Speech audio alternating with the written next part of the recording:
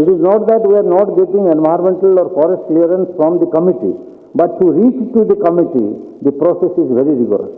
Most difficult part is in the state government. How to minimize the time limit, and it is very difficult in the sense because it is again an intra-departmental process. So if mining is okay, then forest is saying no, forest is okay, environment revenue they are saying no, like that. Finally the public nuisance will say that no, it is not possible. So it is very difficult to get the approvals in time. Promoting negativity of mining projects by NGO having vested interest. That everybody must be aware, and we are experiencing a lot in Odisha actually. So from any point of view go mining, they will propagate that they are spoiling the economy, they are spoiling the local conditions, environmental and all these things.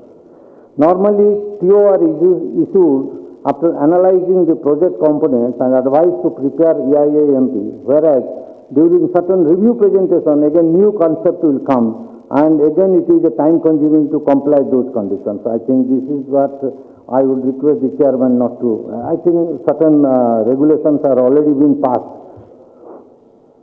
Suggestion, that is, demarcate and declare mineral bearing areas for exclusive extraction. That is what everybody is now demanding. That like forest areas or environmental sensitive areas, you also declare the mineral bearing areas are more sensitive than others, and you allow only those for the extraction.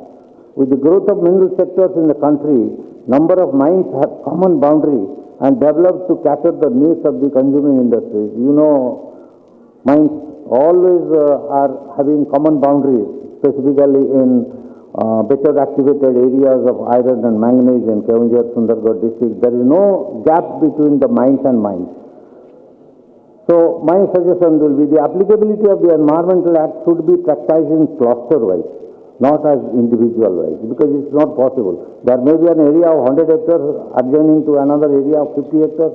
So if you suggest that it should be individually, then it is a problem. So approach should be there for a cluster-wise, which should be done by the government at the cost of the lessee.